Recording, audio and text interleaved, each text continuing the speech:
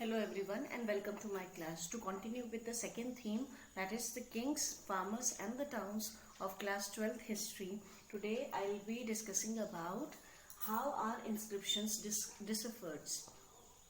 Now when we talk about the sources of information on which the historians are largely dependent to reconstruct the past, then inscriptions plays an important role, right? And throughout this chapter we have discussed this thing that how the inscriptions providing information about different time period, right? So let's see how the inscriptions deciphered, how it can be read, right? Now first talking about the Brahmi script.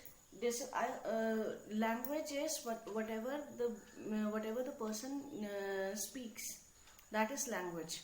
In which language the person, suppose I am speaking in English right now, this is a language, but when I need to write English, then it that written form becomes the script of that language, right? So script and language are two different things. Deciphering Brahmi is a script. Now when Brahmi was deciphered, it was I've told you in the beginning of the chapter that Brahmi and Kharosthi scripts are deciphered by James Prinsep in the year 1838. So first talking about Brahmi script, how it was deciphered, the European scholars aided with the Indian Pandits, they worked on it. What they have done, they worked backward, means the current Bengali language and the Devanagari script, Bengali script and the Devanagari script.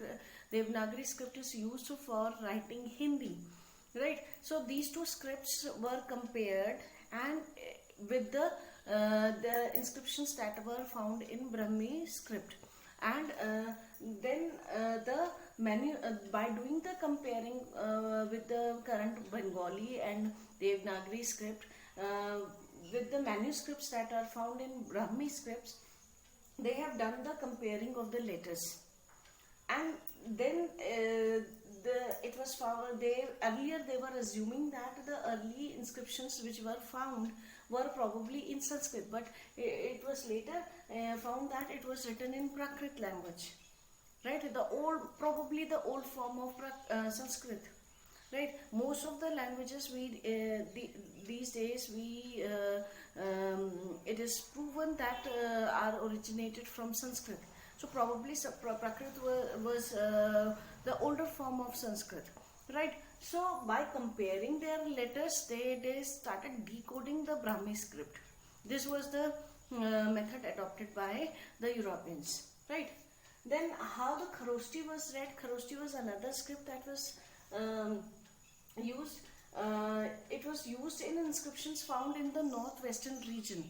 Northwestern region was once ruled by the Greek people, right? And they have issued large number of coins. So their coins usually contain the name of the ruler, about their empire, information about in which year it was. So comparing whatever the script was used in the coins that were compared, it was in the Greek script that was used in coins, and comparing it with the inscription found in that region, it was after doing the comparison, the common letters were decoded, right? For example, A letter.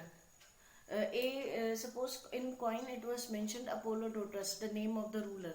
Then the A becomes a common in both the Kharosthi and in the Greek. So it was found probably the Kharosthi was having the influence of the Greek language, right? So this is how after doing comparison with the script found in coins and the inscription, they have decoded the Kharosthi, right? Then it helps.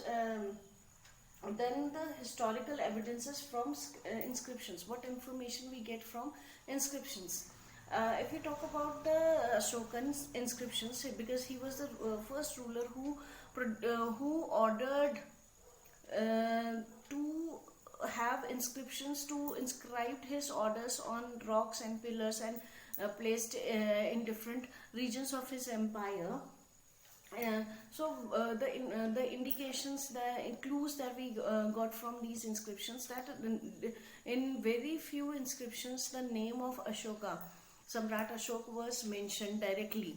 Rather, instead of using his name directly, titles were used like Dev Nam Piya or Piyadasi, which means love to behold, right? So these were the things which were common found in Ashokan inscriptions, which ensures that and after comparing the inscriptions found in different regions of his empire, after comparing the terms of the content, what the message is written, then the style, language, paleographic, on what type of rock it was written.